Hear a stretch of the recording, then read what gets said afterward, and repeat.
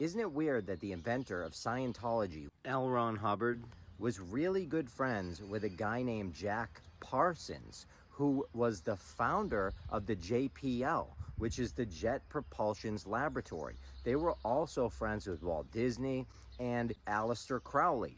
Not only that, they were friends with Wernher von Braun as well, which is interesting, Walt Disney and Wernher von Braun.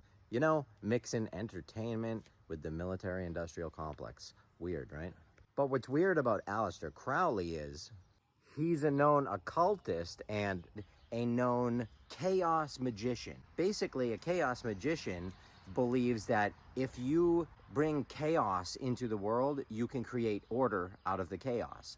And free M's also believe, and they teach, that you get order out of chaos. They kind of teach it weird and wrong. You know, they tell people that it's because when you join, your life is chaotic, and they teach you how to become enlightened, and it becomes less chaotic through that enlightenment. But that's not actually what's going on. It's because they understand that if you create chaos, then you can control the chaos. You can control the people.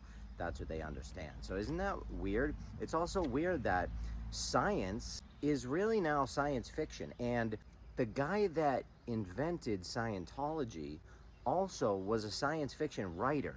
So that's weird. He invents a religion, and he is also known to have written record amounts of science fiction novels. So that's interesting. Religion, science fiction novels, really good friends with the guy that invents the JPL, which is interesting.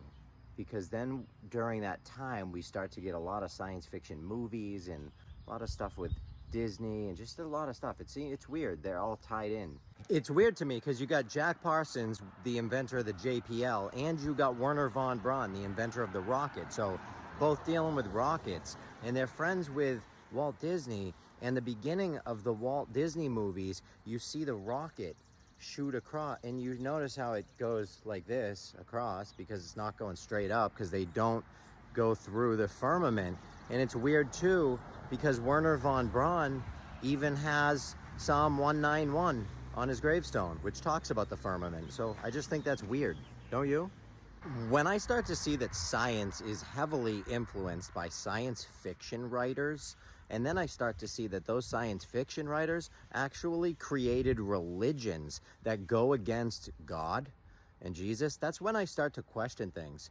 It starts to get weird. Then when I see that, you know, all the rocket stuff, and when they start mixing the military-industrial complex with the entertainment industry, and then the Rockefellers get involved and all of that, it just starts to get crazy. But then again, I'm just a wild conspiracy theorist, and this is satire only. So, entertainment and satire only. You don't need to fact check me. This is satire, and I love you all. It's just entertainment. Love you all.